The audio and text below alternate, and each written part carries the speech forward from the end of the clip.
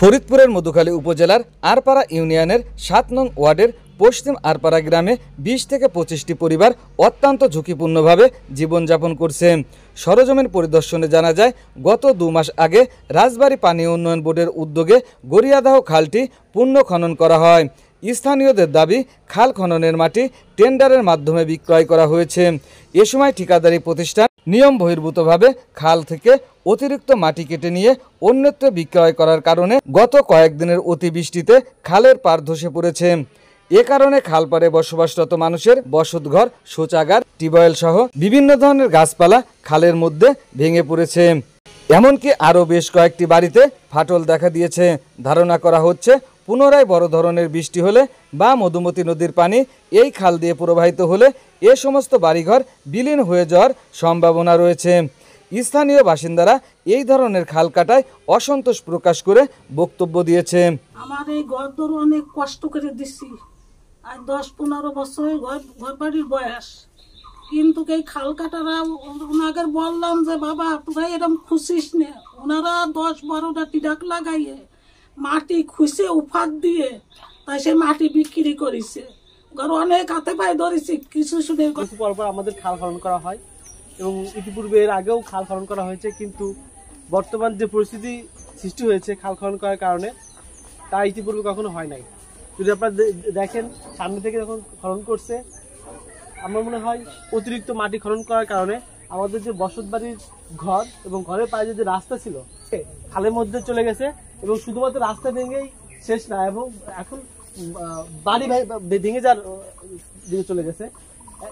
আপনারা যদি দেখেন, সামনে যদি দেখেন যে রাস্তা একজনের বাড়ি, বাথরুম, রান্নাঘর ছিল, সে ভেঙে গেছে। এবং আপনারা যদি দেখেন যে এই ঘরটা দেখেন, এই ঘরটায় আমার কাকা ছিল, আমার কাকা এই ঘরটায় থাকতো, উনি কিন্তু এই ঘরটাই থাকতো না, ওনার এই ঘরটা ভেঙে এমন একটা অবস্থা হয়ে দাঁড়াইছে যেন বিপদ, চরম বিপদ। এবং এখানকে যে মাটিগুলো বিক্রি করছে, মাঝখানে যে অলাইনি আমাকে রাস্তা বানিয়ে দিয়ে গেছে।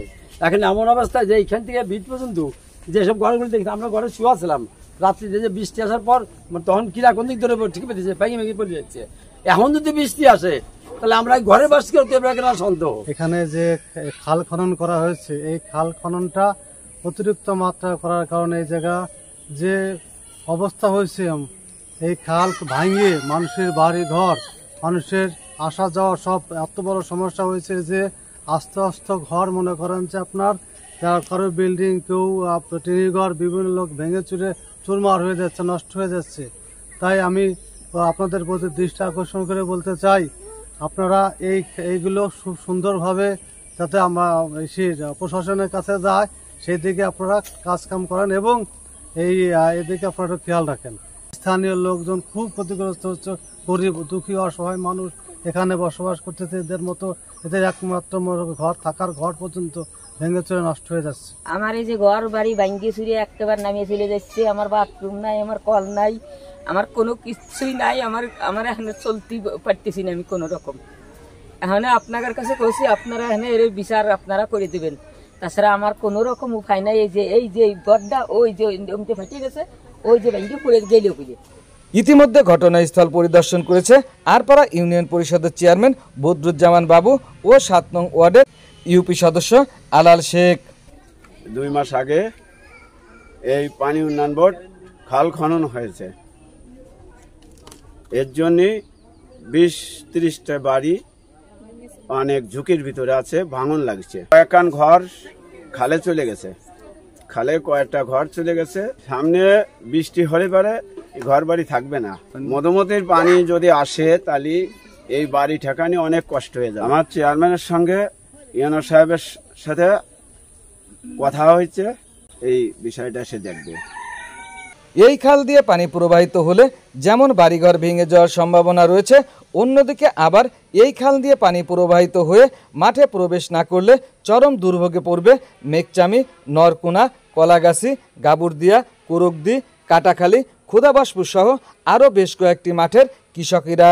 পানির অভাবে তারা দেশের অন্যতম অর্থকারী ফসল পাট জাগ দিতে পারবে না। এতে বড় ধরনের প্রতিবন্ধকতা সৃষ্টি হবে। খালের বিষয়ে মধুখালী উপজেলা নির্বাহী কর্মকর্তা মোহাম্মদ আবু রাসেলের কাছে জানতে চাইলে তিনি বলেন, আমাদের মধুখালী উপজেলার আরপাড়া ইউনিয়নের গড়িয়াদাহ যে খাল খনন করা হয়েছে মূলত এটা রাজবাড়ী জোনের পানি উন্নয়ন বোর্ডের আন্ডারে। এর ডিজাইন এস্টিমেট সবই পানি উন্নয়ন বোর্ড করেছে। খাল খননের সময় আমি স্থানীয় লোকদের নিকট থেকে অনেক কমপ্লেন পেয়েছি। তারা খালের দুপাশে বকচার না রেখে খাল খনন করছে। তখন আমি ঠিকাদারি প্রতিষ্ঠানকে ডাকি এবং খালের এস্টিমেট নিয়ে আসতে বলি। আমি আমার ইঞ্জিনিয়ারকে সেখানে পাঠাই। মূলত ডিজাইনে তারা কোনো বকচার রাখে নাই। এটা না রাখলে পার ভেঙে যাওয়ার সম্ভাবনা বেশি থাকে। কি কারণে তারা বকচার রাখে নাই এটা আমি বলতে পারবো না। ওইখানে যে ভাঙন শুরু হয়েছে সেটা আমি জানি। এই মুহূর্তে তেমন কিছু করার নেই। তবে আমি ওই ইউনিয়ন পরিষদের চেয়ারম্যানকে বলেছি তিনি এলাকাবাসীকে নিয়ে যে কোনো উদ্যোগ গ্রহণ করলে উপজেলা পরিষদ থেকে যতটুকু সম্ভব আমি সহযোগিতা করব। খাল খননের বিষয়ে মোবাইল ফোনের মাধ্যমে রাজবাড়ী পানি উন্নয়ন বোর্ডের sub divisional engineer Uttam Kumar পুদ্দারের সঙ্গে যোগাযোগ করলে তিনি যা বলেন। কারণ হচ্ছে আপনারা গত 2-3 মাস আগে মধুখালী উপজেলার আরপাড়া ইউনিয়নে আপনারা একটা খাল খনন করেছেন। এই খাল খনন করার পরে অতিবৃষ্টির কারণে 25 থেকে 30টা বাড়ি ভাঙনের কবলে পড়ছে।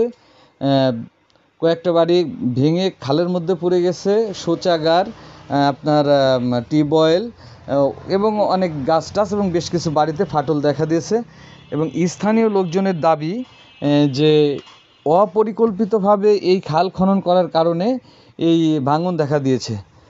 স্থানীয়দের দাবি যে আপনারা অপরিকল্পিতভাবে খাল খনন করছেন এবং এতে মানুষের বাড়িঘর ভেঙে যাচ্ছে। এই বিষয়ে আপনাদের বক্তব্যটা চাচ্ছি আর কি। খাল আমরা কাটেছি, ঠিক আছে, খালের ডিজাইন অনুযায়ী কাটা হয়েছে। খালের কোন রকম কোন অপরিকল্পিত ভাবে খাল কাটা হয় নাই।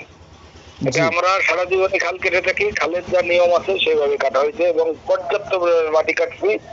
খালের ভিতর থেকে মাটি উঠাইছি। মাটি যে যার মতো নিয়ে গেছে, কেউ গোরস্থানে, কেউ স্কুলে, কেউ কলেজে, কেউ মাদ্রাসায়, কেউ ভাটায়, মানে বিভিন্ন জায়গায় এলাকার লোকজন এরা ব্যবহার করছে। এবং এটা আমরা করি নাই, বিভিন্ন মহোদয়ের মাধ্যমে নিলাম হয়েছে, নিলামে তারা কিনে নিয়ে ব্যবহার করছে। এখানে আমাদের পানি উন্নয়ন বোর্ডের তরফ থেকে কোন রকমই কোনো অপরিকল্পিত ভাবে খাল কাটা হয় নাই। এখন প্রাকৃতিক দুর্যোগের কারণে অত্যাধিক বৃষ্টি হয়েছে 7 দিন 10 দিন ব্যাপী, যে কারণে এই সমস্যা হয়েছে। তবুও আমরা সরেজমিনে দেখে আমাদের লোকজন দিয়ে আমরা ছবি তুলে আমরা এগুলো একটা প্রতিবেদন দিচ্ছি আমাদের নির্বাহী প্রকৌশলী মহোদয় বরাবর গত সপ্তাহে। এখন আমরা চেষ্টা করতেছি যাতে আর না ভাঙে সেভাবে। এখন চেয়ারম্যানও আমাদের ফোন দিছিল, এক্স চেয়ারম্যান সম্ভবত, ওনার নাম বলে জাকির। জাকির ফোন বলে আমরা আরো পদক্ষেপ নিলাম যে না ঠিক আছে, এটা আমরা প্রতিবেদন দিই। দেওয়ার পরে ঠিকাদারদেরকে বলছি, ঠিকাদার তো উঠে চলে গেছে ওখান থেকে, তাই না? লাস্টে আর 100 মিটার কাটতেও পারেনি এলাকার লোকজনের গ্যাঞ্জাম বেইবেদলের কারণে। আমরা পুরো আমাদের 3 কিলো 250 মিটার খাল কাটার প্রোগ্রাম, আমরা 100 মিটার বাকি থেকে কাজ শেষ করা হয়েছে। কাজ সুন্দর হয়েছে, সুচারুভাবে হয়েছে। এর ভিতরে আমি নিজে ব্যক্তিগতভাবে বলতেছি, যেহেতু আমি এই এলাকারই ছেলে, ফরিদপুরেই বাড়ি, মধুখালী বাড়ি, আমি কোন রকম কাজে কোনো গাফিলতি দেওয়া হয়নি। এখন লোকজন খালের ভিতর বাড়ি ঘর করে থাকে, বাথরুম করেছে, শৌচাগার করছে। এখন এইগুলা তো কিছু ইফেক্ট হয়েই যাবে, হচ্ছে আর কি। আমরা কিন্তু কেউ কামনা করি নাই যে এইভাবে ভেঙে চলে যাবে। অতি বৃষ্টির কারণে, বৃষ্টিটা কিন্তু অতি মাত্রায় হয়েছে এবং আরো সব হতে পারে। এই মাস ধরেই তো বৃষ্টি হতে পারে, শ্রাবণ মাস মাত্র আজকে 2-3 তারিখ। এখন আমরা চেষ্টা করতেছি যে যাতে আর না ভাঙে। কিন্তু চেয়ারম্যানদেরও আমরা বলছি যদি পারেন আপনারা 10-20 হাজার টাকা খরচ করে যদি কোনো বস্তা দিয়ে, মানে মাটি দিয়ে একটা কমপ্লেকশন করতে পারেন, বা এই পাশে পাকা রাস্তা এলজিডি মদত করে আমরা একটা রিকোয়েস্ট করছি যে আপনারা একটু কিছু বস্তা ফেলে সাইজ করে দেন যাতে আর না ভাঙে। শুকনো সময় তার ভাঙবে না, পরিকল্পিতভাবে বৃষ্টির কারণেই ভাঙছে আমি যতটুকু জানি বা জানতেছি বা বুঝতেছি বা দেখতেছি, কিন্তু অপরিকল্পিতভাবে খাল কাটা হয়নি। একেবারে ডিজাইন অনুযায়ী খাল কাটা হয়েছে। ঢাকার থেকে তারা বলছে ভেরি গুড, সুন্দর খাল কাটা হয়েছে। খালের তো বকচার থাকে, আপনারা তো কোনো বকচার রাখেন নাই। বকচার রাখবো কি করে? দেখেন বাড়িঘর দিয়ে ভরা, নিয়ম অনুযায়ী তো ওখানে বাড়িঘর থাকার কথা না। খাল তো সরকারি খাল, তাই না? সরকারি খাল আজকের কথা না, মনে হয় 50 বছর আগের খাল এটা কমপক্ষে। ওই নদীর থেকে খাল উঠে আইছে, এই খালের পানি বিভিন্ন জায়গা যায়। এখন কাটার প্রোগ্রাম তো হয়েছে, বাধ্যতামূলক একটা প্রকল্প আসলে কাটতে হয়। এখানে খাল কাটার ক্ষেত্রে কোনো ব্যত্যয় ঘটে নাই। এটা মানে 100-র মধ্যে 100 আমি বলতে পারি। এখন লোকজনের বাড়ি ঘর থাকার কারণে একটু সমস্যা হয়েছে। এখন যারা আছে তারা যদি নিজ উদ্যোগে কিছু করে নেয়, হয়তো তারা বসবাস করতেছে, 10-20 হাজার টাকা খরচ করলো। এখন অফিস থেকে তো আর করার কোনো স্কোপ নাই, আমরা প্রতিবেদন আকারে দিয়ে দিছি আর ছবি টবি দিয়ে যেভাবে যা আছে। আর ঠিকাদারদেরকে আমি বলছি, ঠিকাদার তো মাঠে নেই। ঠিকাদার বলতেছে যদি আমরা থাকা অবস্থা ভেঙে যেত, আমরা যেভাবে হোক এক জায়গার মাটি দিয়ে আমরা একটু কনস্ট্রাকশন করে দিতাম।